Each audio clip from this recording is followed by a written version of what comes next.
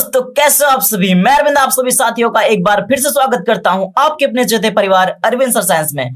दोस्तों, आज की क्लास आपके लिए बहुत ज्यादा इंपॉर्टेंट होने वाली है, सो आप लोग इस क्लास को बिल्कुल भी मिस मत कीजिएगा, क्योंकि ये क्वेश्चन आपके बोर्ड एग्जाम में सीधे सीधे देखने को मिल सकता है। तो दोस्तों, आप लोग क्लास को पूरी तरह से एंजॉय कीजिए, क्योंकि क्वेश्चन बहुत ज्यादा आपके लिए इंपॉर्टेंट है। ठीक है दोस्तों, क्वेश्चन आपके लिए बहुत ज्यादा इंपॉर्टेंट है। और आज की क्लास में हम लोग जो डिस्कस करने वाले हैं उसको तो खैर आपने देख लिया कि आज की क्लास में हम लोग डिस्कस करेंगे कि अभिक्रिया की आणविकता और अभिक्रिया की कोटि के अंतर के बारे में। मेन अभिक्रिया की आणविकता और कोटि में क्या अंतर होता है। अगर आपने इससे पहले की वीडियो नहीं देखी तो इसके पहले वाली वीडियो में मैंने सबसे पहले आणविकता के बारे में बताया है और उसके बाद कोटि के बारे में मैंने बताया। दोनों वीडियो डली हुई हैं, ठीक है, आप जाकर के चेकआउट कर सकते हैं।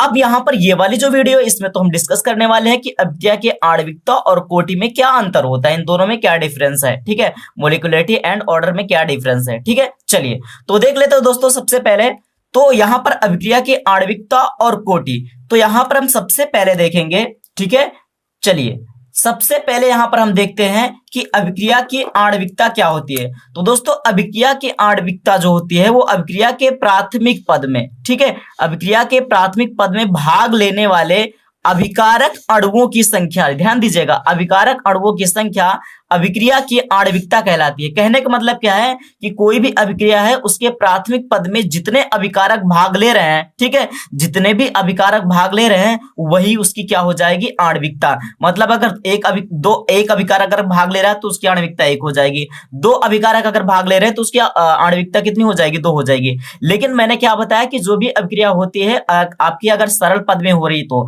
सरल पद का मतलब क्या होता है कि प्राथमिक पद। प्राथमिक पद का मतलब क्या होता है, ऐसी कुछ अभिक्रिया होती हैं जो एक ही स्टेप में कंप्लीट हो जाती हैं, और कुछ अभिक्रियाएं होती हैं जो जटिल होती हैं, वो 2-3 स्टेप में कंप्लीट होती हैं। तो यहां पर बोला गया कि प्राथमिक पद में भाग लेने वाले अभिकारक अणुओं की संख्या जो होती है वो अभिक्रिया की आणविकता कहलाती है। आई होप इतनी बातें आपको समझ में आई होंगी।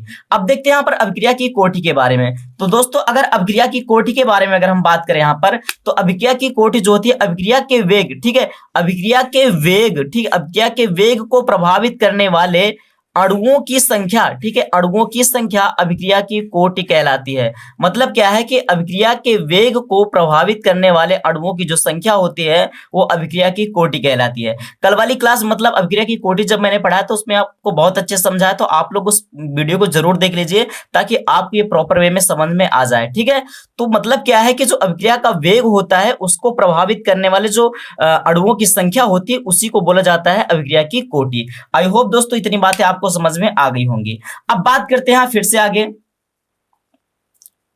चलिए अब बात करते हैं यहां पर अभिक्रिया जो होती है, अभिक्रिया की आणविकता जो होती है वो सैद्धांतिक होती है। इस बात को आपको बहुत ज्यादा ध्यान देना है कि अभिक्रिया की जो आणविकता होती है वो क्या है, आपकी सैद्धांतिक राशि है। सैद्धांतिक का मतलब क्या होता है कि आप अभिक्रिया को देख करके, ठीक है, आप अभिक्रिया को देख करके आप बता सकते हो, अभिक्रिया को आप देख करके बता सकते हो कि इसकी आणविकता कितनी होगी, ठीक है, इसकी आणविकता कितनी होगी, अभिक्रिया को आप देख करके बता सकते हो। लेकिन अगर हम यहां पर बात करें, अगर यहां पर हम बात करते हैं कि अभिक्रिया की कोटि के बारे में, तो अभिक्रिया की कोटि जो होती है वो प्रयोगात्मक राशि है। प्रयोगात्मक राशि का मतलब क्या होता है, ये आपकी एक्सपेरिमेंटल वैल्यू है। ठीक है, ये आपकी क्या है, एक्सपेरिमेंटल वैल्यू है, एक्सपेरिमेंट पर बेस है। ठीक है, एक्सपेरिमेंटल वैल्यू है, ये आपकी एक्सपेरिमेंटल वैल्यू है, मतलब एक्सपेरिमेंट करके ही निकाली जाती है। तो कहने का मतलब आप अभिक्रिया को देख करके आप ये तय नहीं कर सकते कि अभिक्रिया की कोटि कितनी है। ठीक है, इसका मतलब क्या है, ये बहुत बड़ा अंतर है, इसको आप ध्यान दीजिएगा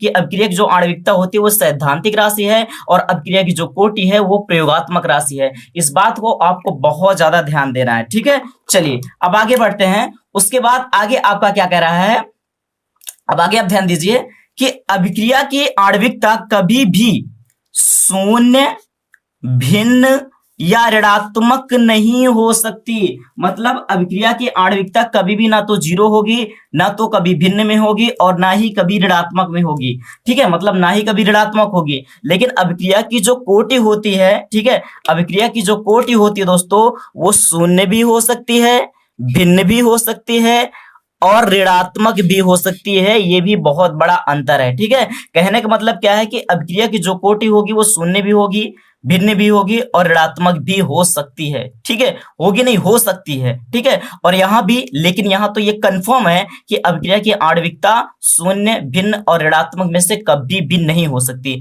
ना शून्य होगी, ना भिन्न होगी, ना कभी ऋणात्मक होगी, ठीक है। लेकिन अभिक्रिया की कोटि शून्य भी हो सकती है, भिन्न भी हो सकती है और ऋणात्मक भी हो सकती है।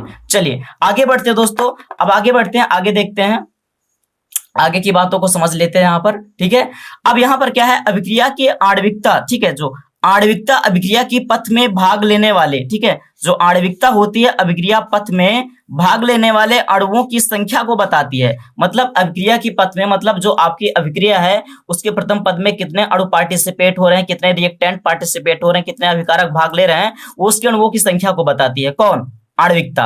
लेकिन अभिक्रिया की जो कोटि होती है, अभिक्रिया की जो कोटि होती है वो अभिक्रिया के वेग और अभिकारकों की सांद्रता में संबंध बताती है। कहने का मतलब क्या है कि जो आपके अभिक्रिया की कोटि होती है इसमें आपके जो अभिकारक अणुओं की सांद्रता, ठीक है, अभिकारक अणुओं की जो सांद्रता होती है वही आपकी क्या होती है, उन्हीं का जो योग होता है अभिक्रिया की क्या होती है, कोटि होती है। कल वाली क्लास में मैंने बताया था कि जब हम अभिक्रिया की कोटि निकालना होता है तो वेग बराबर, मैंने आपको फॉर्मूला बताया था के, और यहाँ पर रिएक्टेंट लिया था मैंने ए, और यहाँ पर लिया था मैंने बी, और मैंने माना था कि इसकी जो सांद्रता थी M1 थी और इसकी सांद्रता क्या थी, M2 थी।